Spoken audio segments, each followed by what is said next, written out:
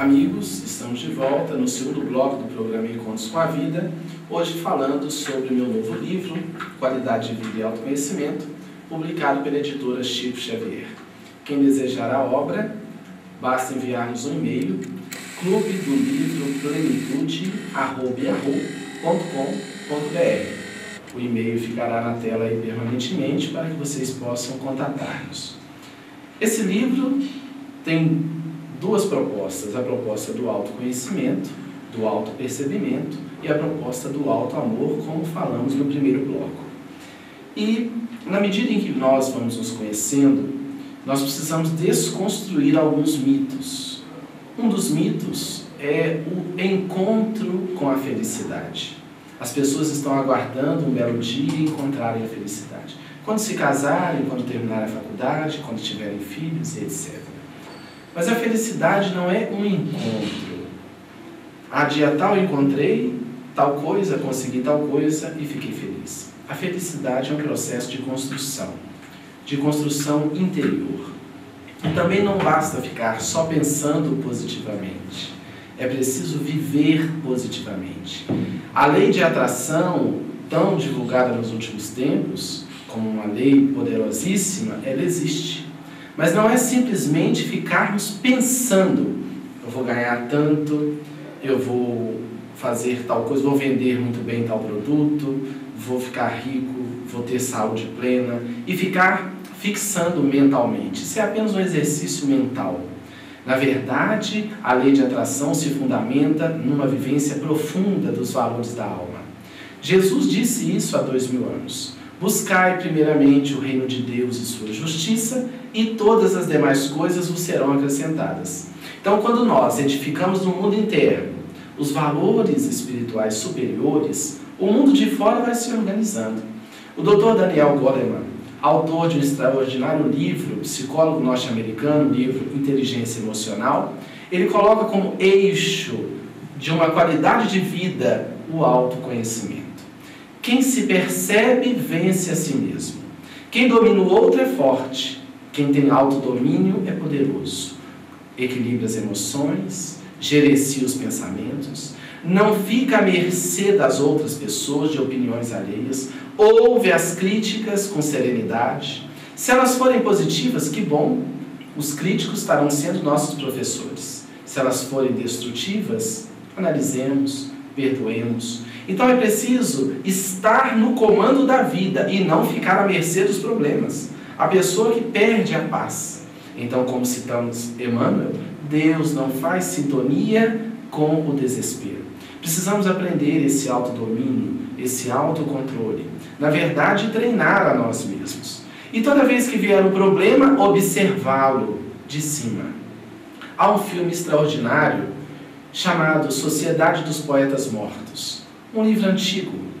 E nesse livro, o professor Keating, em determinado momento, ele propõe aos alunos subirem numa mesa para verem de cima. Os alunos acharam aquilo muito estranho. Qual o significado disso? Subir numa mesa para olhar de cima. Nós deveríamos sempre subir na mesa para contemplar a vida. Olhar de cima, analisar, examinar cada episódio que estamos vivenciando. Somos a consciência oculta por detrás do ego. Não somos o ego. Não somos os cargos que temos, as posições que ocupamos. São construções. Nós somos a consciência gerenciando tudo isso, usufruindo de tudo isso. Não é preciso negar nem destruir o ego. É preciso gerenciá-lo. Não se pode matar o ego é uma construção também. Mas se pode reciclá-lo, que é produto do passado, das nossas reencarnações. Para isso, estamos na Terra, aprendendo que somos consciências imortais a caminho da felicidade, construindo essa felicidade. O autoconhecimento é uma proposta espírita. Conhece-te a ti mesmo, disse Sócrates, repetindo o oráculo de Delfos. E os espíritos repetiram na questão 919. É o eixo do livro que estamos lançando. Uma outra questão importante. Do que estamos alimentando nossa mente? Que tipo de programa estamos assistindo? Que tipo de música estamos ouvindo? Que tipo de livro estamos lendo? Quais as conversações que temos durante o dia? Quantas pessoas me dizem: Rossano, eu não consigo dormir bem. E eu pergunto: que programa você assiste antes de dormir? Que leitura você faz antes do corpo físico ir repousar? Como vai sua mente para a cama? Qual o seu estado íntimo? Você se prepara para o repouso orgânico, físico, ou vai de qualquer maneira? Eu trabalho em 2 escolas, atendo muitas pessoas. Então, quando eu chego em casa, eu não vou direto deitar. Tomo um banho, descanso, vejo um pouquinho de TV, um programa interessante. Se não tiver uma boa leitura, converso com a minha esposa, tenho meus filhos, e vou desacelerando a mente, até o momento em que o sono chega e eu vou deitar. Para ter uma noite de qualidade, para que o corpo possa descansar e, se possível, nós, seres espirituais que somos, termos os nossos contatos durante o sono físico, aprendendo, contatando os irmãos espirituais que sempre nos amparam e que nos mandam mensagens periodicamente através do sono físico, quando nós estamos relativo desdobramento espiritual no plano extrafísico.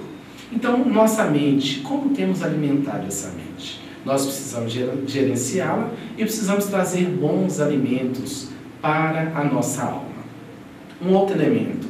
O Dr. Augusto Cury, psiquiatra notável brasileiro, tem falado do pensamento acelerado, que ele denominou de síndrome do pensamento acelerado, a SPA. Eu trabalho com muitos jovens e vejo os nossos jovens com a mente acelerada. E isso é terrível, porque o jovem não consegue assistir uma palestra, uma aula, ele é hiperativo, ele tem déficit de atenção, porque a mente está num ritmo viciada em muitos estímulos audiovisuais, muitos jogos eletrônicos, muito barulho. Quando ele precisa prestar atenção, silenciar, ele não silencia. A mente é como um macaco louco, na linguagem hindu, que não sossega nunca. E diz o espírito André Luiz que a mente é como um lago, que só pode refletir o brilho das estrelas quando está calmo, pacificado. Então, nossa mente precisa ser pacificada. A consciência que somos precisa controlá-la, acalmá-la. Dedicar-se um pouco à respiração meditativa. Há um capítulo na obra Qualidade de Vida e Autoconhecimento dedicado à respiração meditativa. Você parar uns minutos, respirar, observar a respiração. A respiração chamada diafragmática, que você inspira, conta até 4, retém o ar, conta até 4, libera o ar, conta até 4, durante alguns minutos. Dali a pouco percebemos um relax, uma tranquilidade, uma pacificação. Quem está com a mente muito acelerada pode até dormir, porque o corpo vai ser tão beneficiado que vai ter um relax tão grande, mas com o tempo, antes de uma palestra, de uma entrevista, de um trabalho intelectual, né? Na faculdade eu tinha essa prática que eu aprendi quando estava na faculdade. Respirar. Lendo uma obra eu me dei conta de que monges tibetanos sobem as altas montanhas onde há gelo e conseguem uma respiração tão profunda e harmoniosa que eles transpiram. E o corpo alcança um equilíbrio. Respiração é alimento. Por sinal, é o nosso principal alimento. A gente pode ficar dias sem comer, sem tomar água, mas sem respirar, não mais que alguns minutos. Então são muitos os tópicos do livro.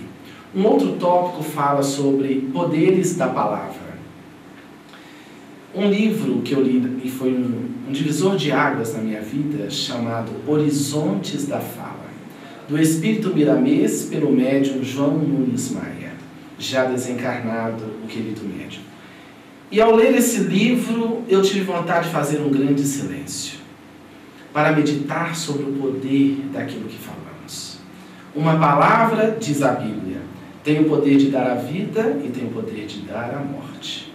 Nós construímos mundos através da palavra. Pode soerguer alguém, pode derrubar alguém. Então há um capítulo dedicado a esses poderes fantásticos, porque nós estamos o tempo todo falando.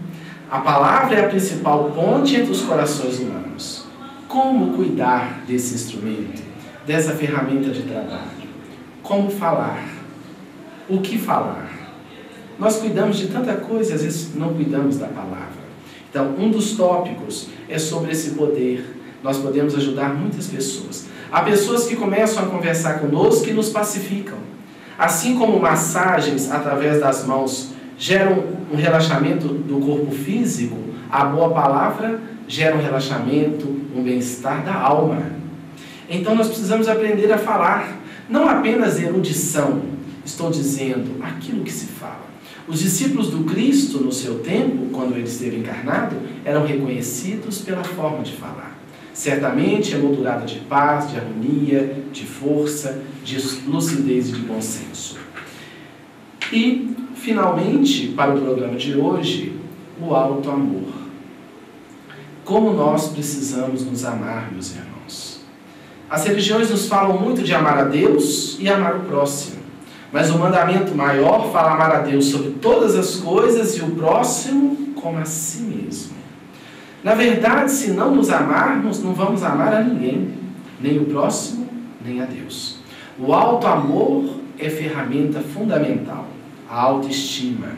Então nós não vamos ficar à mercê dos outros, nós vamos nos amar. Alguém nos traz um presente, vamos analisar se ele nos convém. Há uma história singular que conta uma passagem envolvendo um grande mestre oriental, no Japão, que alguém o desafiou, um jovem o desafiou para um combate em praça pública e ele aceitou. A cidade esteve presente, o jovem o atacou verbalmente, atacou seus antepassados, mas o jovem tinha uma estratégia, só atacava quando recebia o primeiro golpe e contra-atacava mortalmente. O jovem falou tudo contra aquele ancião. E ele não fez absolutamente nada. Até que o jovem desistiu e foi embora xingando. Um discípulo se aproximou e disse: mestre, o senhor aceitou o desafio em praça pública, a cidade inteira compareceu, e o senhor não fez nada, recebeu todas as ofensas, e não reagiu. Ele disse: não. Se alguém te oferece um presente e você não aceita, com quem fica o presente? E o discípulo disse: com quem ofertou. Ele disse: pois é. Aquele jovem trouxe sua revolta, sua angústia, sua maldade, sua indisposição para com a vida. Me disse muita coisa, mas eu não aceitei nada. Tanto é que eu não ataquei. Eu mantive na paz. O que nos faz lembrar da proposta de Jesus: não resistais ao mal. O mal chega, xinga, esbraveja, fala palavrões, ataca. Não sintonizemos. Busquemos a sintonia com o bem. Busquemos a paz interior. Isso é nos amarmos, para assim melhor amarmos os outros, até os inimigos. Porque todos somos aprendizes nesse laboratório da vida. Então vamos permitir que o outro seja o que ele deseja ser. Nós temos a mania infeliz de idealizar as pessoas. E quando as pessoas falham, nós as culpamos. Não, nós idealizamos e elas simplesmente não puderam ser o que a nossa mente idealizou. Busquemos as pessoas como elas são. Sejamos nós mesmos. Sejamos felizes. Construindo hoje a felicidade. Vivendo hoje a plenitude do agora. Disse Jesus: a cada dia basta o seu cuidado. Tenhamos projetos para frente. Analisemos o passado. Mas vivamos a plenitude do agora. Nós queremos enviar o nosso abraço a todos os telespectadores, agradecendo a equipe da GRTV pelo programa, e encontramos todos vocês aqui no próximo programa. O livro, como já dissemos no início desse segundo bloco, está à disposição pelo Clube do Livro. Envie o seu e-mail, clubedolivroplenitude@yahoo.com.br. Aproveitamos para também enviar o nosso carinhoso abraço a Isoldinho e Lário Rezende, os companheiros da editora Chico Xavier, que fizeram um trabalho lindo, um trabalho de arte muito bonito para esse novo livro, e para todos os leitores que já estão nos contatando, falando sobre o conteúdo dessa obra. Fiquem com Deus e até o nosso próximo programa.